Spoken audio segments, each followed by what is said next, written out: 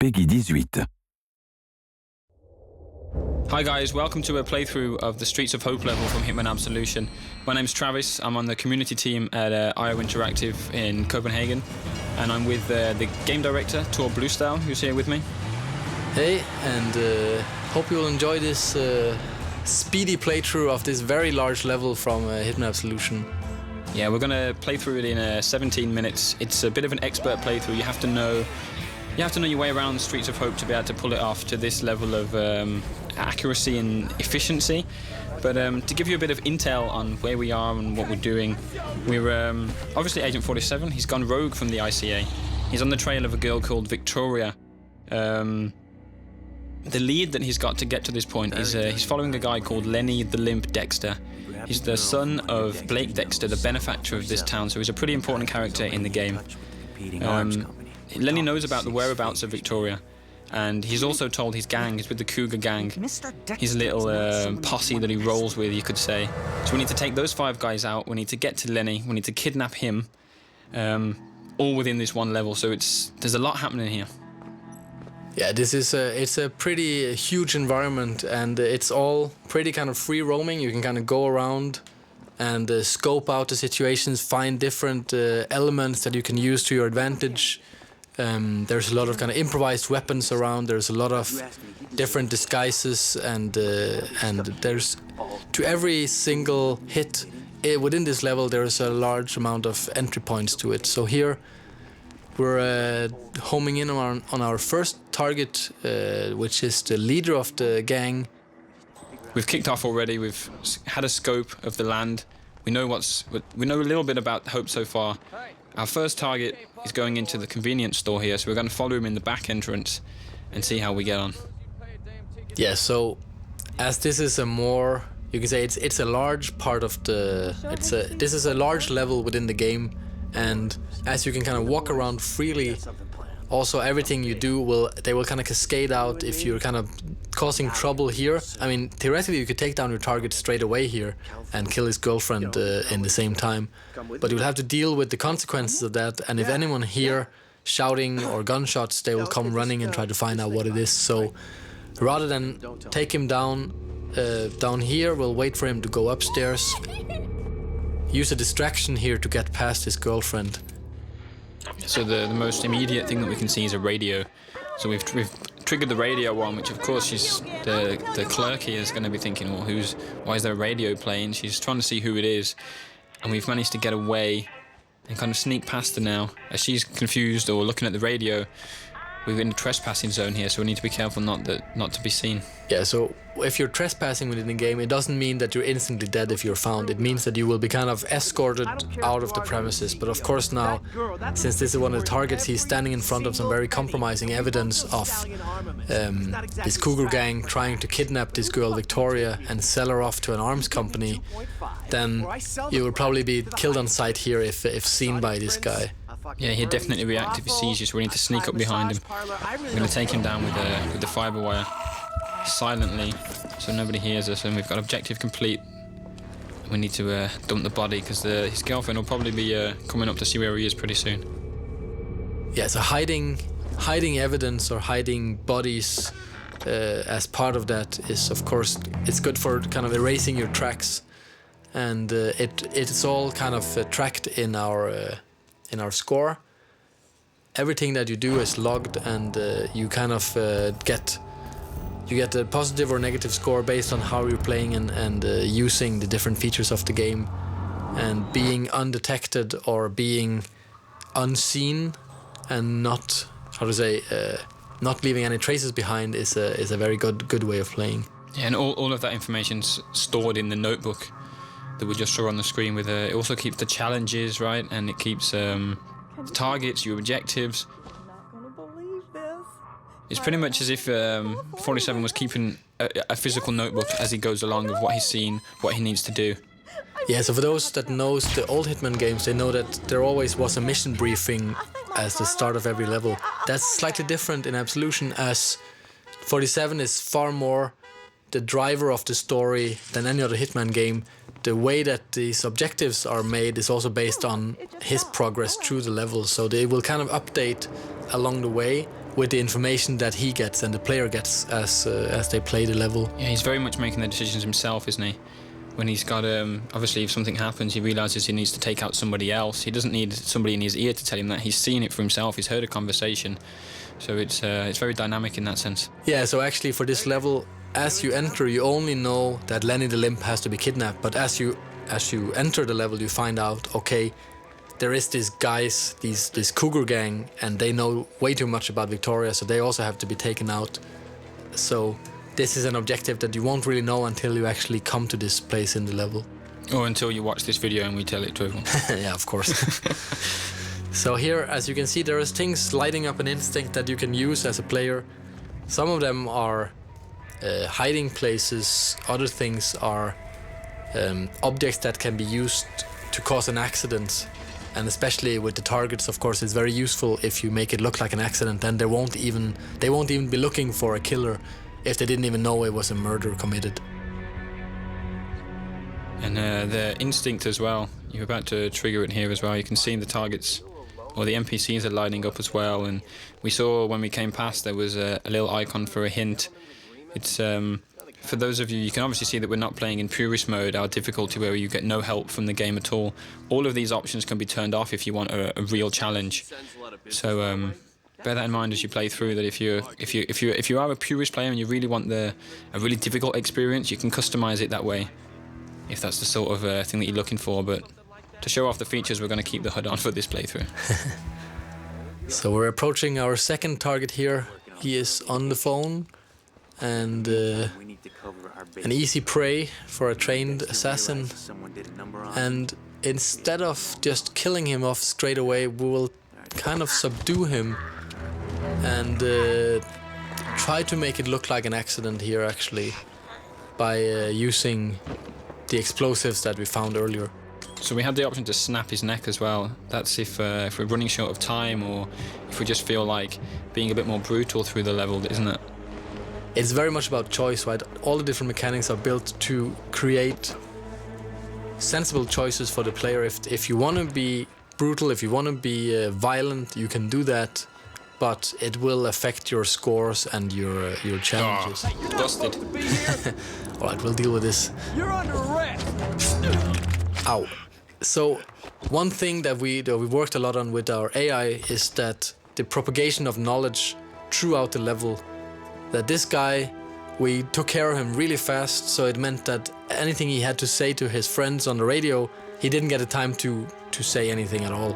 And that meant that nothing actually got conveyed, and we're free to continue throughout the level as if nothing happened. Yeah, it was perfect timing from 47, really, in a way, because the police officer's not going to start shooting at us straight away just for being in the area. He needs to...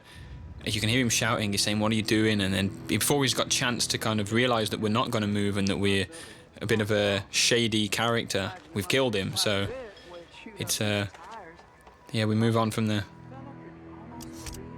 So here we're using the remote detonated explosives that we found. And as you remember, the target we dropped down, the one that is just knocked out, he's over there by the tires, and now he is dead, as you can see in the target tracker. That was quite a big explosion. The other cars there have caught fire, so this could get interesting. Yeah, this is not very subtle, but it does cause a bit of a stir in the town, and it will draw the attention of especially all the guards or cops. As you can see here, they come running, which leaves the next target a little bit easier to get to, because he is quite heavily guarded. He's kind of like the king of the scrapyard, as you'll see here very soon. So this end of the street now is a lot more empty than it was when we first arrived and took a look around. So there's definitely more freedom here for us. We can see the target there. He's roaming the scrapyard as he does, king of the scrapyard, as it were. And you can see the explosion was absolutely huge. The black smoke is pillowing upwards past the big poster of Dexter there, the benefactor of hope, as we mentioned earlier. But we now need to head into the scrapyard. You can still see the target just on the screen there. We've got a sign, "Warning, keep out dogs," so we should be careful. Yeah, dogs are also a feature of the game. They will alert nearby NPCs, as we see here. We're trying to sneak up on one, and obviously we're not allowed to be here. Even if we had a disguise on, this dog would bark on us. And so we've grabbed the dog bone. We think that he might have been barking for that, or he's noted us. He might be just want to get a chew on the bone, but the barking has actually alerted an NPC. This mechanic here who's come across, so we need to be careful. Yeah, so this poor guy doesn't know what'll hit him. I should always check what's behind you. The dog's stunned. Yeah, so as we're trespassing here in the scrapyard, this mechanic comes in pretty handy, as we can take his disguise and move around a lot more freely in this area. We don't have to kind of sneak around, because now, as long as we don't get close to the other NPCs, we're actually allowed to be here. Yeah, and we're gonna shove him in the closet, keep him out of sight. There's no evidence that he was ever here. We've got our disguise, and we saw the target walking deeper into the scrapyard, so that's where we're gonna head now. Yeah, so now dressed as a mechanic,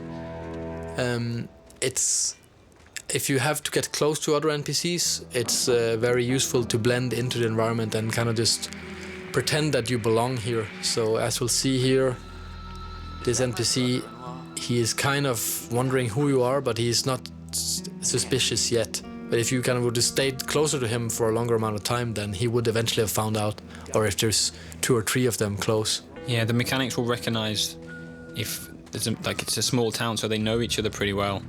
So a bold guy walking around does look suspicious. That's why 47 needs to blend in. But of course, the police officer, he's not so familiar with the mechanics, so he's not going to bust you. But we're thinking about taking him out with the crowbar here, but thought better of it. Yeah, I think if you pick up that crowbar, he will kind of get a little bit suspicious about you, so it's better to let it be. So here the target's been dealing with some dirty cops, and he's heading off into this tiny garage over here. I think he is the guy who is in charge of the cars for the gang. So they're kind of preparing this kidnapping of Victoria, and he is preparing the car here. And that's an accident waiting to happen, as you can see in Instinct here. It's a good choice of words. Yeah, accident kills are a very big feature in Absolution, and there's a large number of ways of taking down every single target in the game. And this is where the team has really went to town on coming up with inventive ways of killing targets that are kind of localized to each area. So naturally here in a garage, what better to use than a car lift? Who's screwing about? Okay, all right. Who's making the racket? So it's the 3rd target down. The target tracker resembles that. We've got three targets down, a really high score. The police are on the way in to see what's happened. You can hear the mechanics. We're a bit worried about this guy who's just been crushed, but we're clear. We're away. It's got warning: attack dogs again. So we have to be careful about that. We're now in the cougar's nest. This is like the main hangout area for the cougars. They're there hosting a bit of a party for Lenny. But they're having a barbecue, and you might see the lighter fuel there, which could be an option. Barbecues and lighter fuel tend to go pretty well together when Agent 47's around. And we can also see the policeman down there. He's allowed to be in this area. We're not, as a mechanic. It's a bit of a private area, so we're going to try and take his disguise and see if we can get closer to our target. Yes, usually these kind of isolated characters are pretty useful for us, as they provide disguises and weapons and so on. We've just got an improvised weapon there, a bottle. Smash this around the guy's head. Smash. He's down. Disguise is ready to get picked up. And 47 needs to choose a weapon here. Yeah, so what else to use than an axe rather than a tomahawk? And we can see why the police officer was so distracted there. That was a really perverted guy. And now we have his clothes on. Awesome. So dressed as a police officer, we're allowed to get closer to these guys up here. And basically we only have one of these as a target, the one in the middle. Yeah, Mason. And everyone else, unfortunately, will be collateral in this point shooting, which is one of our new features in the game, allows us to kind of slow down time to a minimum, and using our instinct powers, take them down instantly. And as you can see, they're trying to pull their guns to fight back, but as they're taken down too quickly for that, the whole thing goes down without anyone making a sound, as we also use silenced guns for this. Yeah, we've also used all of our instinct though. It's very expensive to use point shooting, especially on so many characters all at one time. So there's a lot of strategy involved in when you should use your point shooting. You can't just walk up to any character and shoot them and do it instantly. You have to make sure you do it at the right time, otherwise you run out of instinct completely. But there's the other target's come out here. He's come to investigate, probably come back to the barbecue, and he's stunned by the dead bodies. Ow, poor old guy. 47's just killed the barber. Yeah, that's sad, but it's for the greater good. We need a new disguise here because now there's a lot of police officers in the building here. So using the barber, which is freely allowed to walk around here, it's a pretty powerful disguise, and as you can see there's lots of characters here, so trying to go in here guns blazing would be pretty dangerous and difficult. There is a lot of NPCs here. You can also see there's a guy a little bit further ahead getting his pistol ready, so he's prepared for a shootout. But it would be a bit of a mistake to pull your guns out here. Sneaking through as the barber is probably the best way through. Towards Lenny, who you can see down there. Instinct lights up in blue, not red because he's not a target. We need to kidnap him. And we make our way down. Yeah, so basically now there's this one police officer standing between us and Lenny at the moment, so we will just quickly deal with him. Quickly deal with him by putting a pair of scissors in his neck. Well, yeah. Deal with him in 47's trademark way. Yeah, you could have subdued him, right? Poor guy. And now we have Lenny all to ourselves, and he's kind of just sitting there lying about his antics in Chicago, so he's kind of an easy prey. It's almost too easy. Yeah. You're not the talkative type, huh? You know your place. Well, I like that in the barber. That's it, and thanks for watching the playthrough of Streets of Hope from Hitman Absolution, which is out in November 20th this year. Thanks for taking the time to listen, and of course watch.